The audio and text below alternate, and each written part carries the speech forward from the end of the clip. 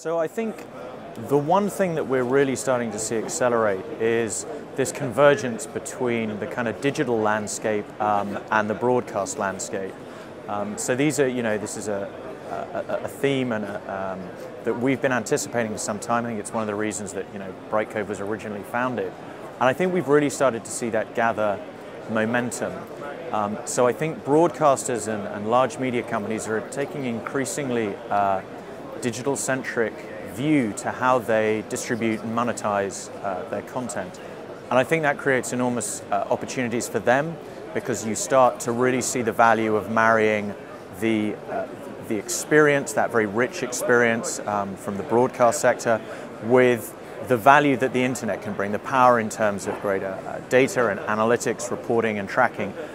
And the result of that should be a more valuable product for content distributors and advertisers, and a better experience for the audience. And so that is really exciting. And as I said, I think it's something we've been looking for a while. I really feel in the last 12 months that has really gathered momentum. I think obviously for a company like Brightcove, that creates some really interesting opportunities.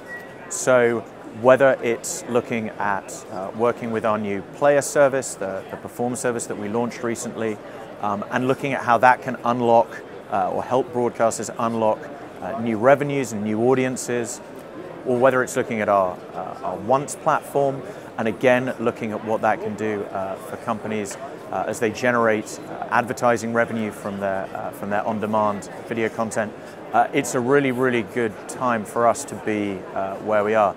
I think also that convergence, that coming together of broadcast and digital, means that there is increasing complexity in the landscape, whether it's on the consumer end with the multiplicity of devices, whether it's more kind of at the back end when you think of all the different formats and DRMs you have to support. And that complexity can, and I think has historically acted as a brake to a lot of companies who've looked around and said, okay, well, we could be doing more with our video content. We would like to launch new services. We'd like to launch new initiatives. But actually, if we look at the cost to do so, not just to set up, but actually to then run a service like that, it's difficult to really make a good business case and to see where that ROI is coming from. I think that has changed, and I think companies like Brightcove are really helping that evolution.